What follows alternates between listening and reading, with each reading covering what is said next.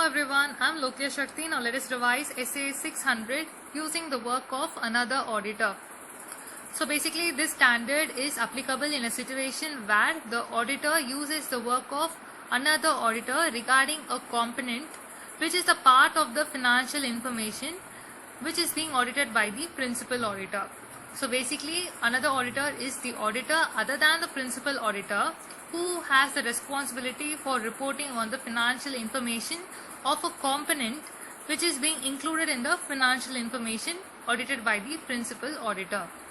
So in such a situation, what are the requirements needs to be done by the principal auditor?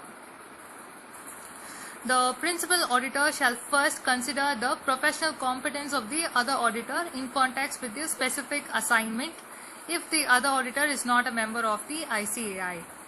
The principal auditor should perform procedures to obtain sufficient appropriate audit evidence that the work of the other auditor is adequate for the principal auditor's purpose. That is, the purpose of the auditor has been served. The principal auditor is also required to document in his working papers those components for which the financial information of which was audited by the other auditors and their significance to the financial information of the entity as a whole. So having said all these, there should be a coordination between the auditors.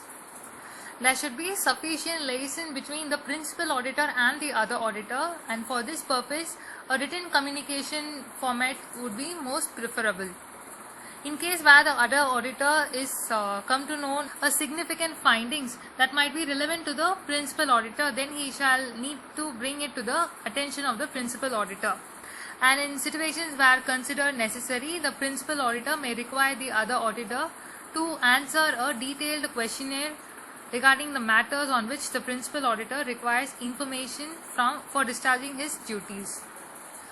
Next comes reporting, which is the core part of this standard. When the principal auditor concludes that the work of the other auditor cannot be used, or where the principal auditor is not being able to perform audit procedures regarding such information, then he shall express a qualified or a disclaimer of opinion. This is because there is a limitation in the scope of the audit that he is unable to complete the audit due to lack of audit evidence. The second situation is where the other auditor issues a modified opinion with regards to a component of the financial information.